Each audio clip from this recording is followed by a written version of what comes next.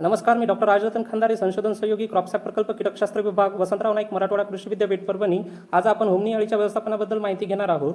ही अळी जमिनीत राहून पिकाच्या मुळा कुरतडून खाते. या किडीचा प्रादुर्भाव ओळखायचा झाल्यास सरळ एका रेषेत झाडे काही वाळलेली दिसतील. अशी झाडे आपण उपटून बघितल्यास ती सहज अलगद उपटून येतील. या किडीच्या व्यवस्थापनासाठी पिकामध्ये शक्य असेल तोपर्यंत आंतरमशागत करावी. निंदणी, कोळपणी ही अंतर्गत मशागतीची कामे केल्यास होमनीच्या अळ्या पृष्ठभागावर येतात. ह्या अळ्या पक्षी वेचून खातात किंवा सूर्यप्रकाशाच्या उष्णतेमुळे मरतात.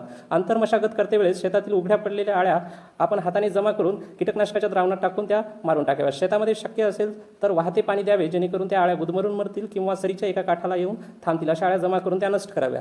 प्रथम अवस्थेतील अळ्या शेणखतात आढळून आल्यास मेटारायझेम एनोसोफिली या जैविक बुरशीचा 1 किलो प्रति टन शेणखतात वापरावी. पिकामध्ये वापरायचे झाल्यास मेटारायझेम एनोसोफिली या उपयुक्त बुरशीचा 10 किलो प्रति हेक्टरी या प्रमाणात जमिनीतून वापर करावा.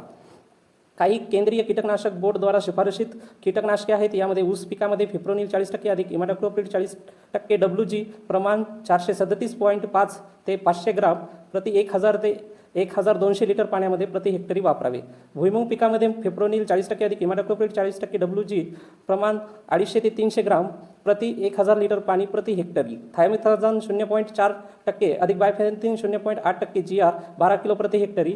थायोमिथाक्झान 0.90% अधिक फिप्रोनिल 0.20% GR 12.15 किलो प्रति हेक्टरी. तसेच कार्बोफ्युरॉन 3% CG हे 33.3 किलो प्रति हेक्टरी असे वापरावे. धन्यवाद.